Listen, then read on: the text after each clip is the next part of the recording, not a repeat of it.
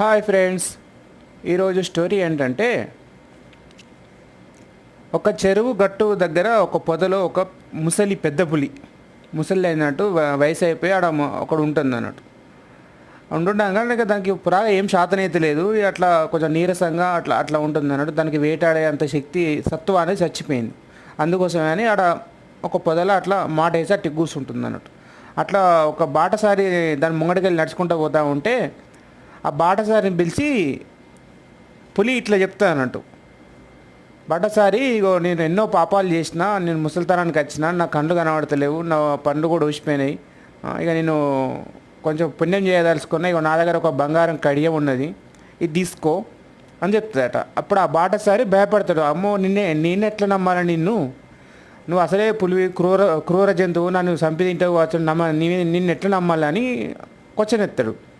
Question ఎత్తానంటే అటువంటి భయం ఏం అవసరం లేదు, నేను ఎన్నో పాపాలు చేసిన, ఎన్నో జంతువులను చంపిన, అందుకోసమే ఇప్పుడు ఆ పాపాలను కొద్దిగానన్నా అట్లా తీర్చుకుందామని ఇటువంటి దానం చేస్తున్నా, అందుకోసమే ఈ బంగారు కడియానికి దానం చేయదలుచుకున్నా, ఈ చెరువులో దిగి స్నానం చేసి వచ్చి ఈ కడియం తీసుకో, అప్పుడు నాకు ఇంత నా పాపం కొద్దిగానన్నా తగ్గుద్ది అని పెద్ద పులి పిట్ట కథ చెప్తుంది అన్నట్టు.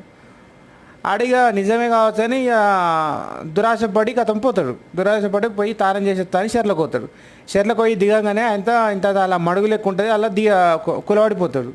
అవి కాపాడండి అని అరుస్తాడు. అంత లోపల ఏది భయపడకు, నేనే వస్తున్నా, నేను వచ్చి నిన్ను కాపాడుతా అని పెద్ద పిల్ల వస్తుంది.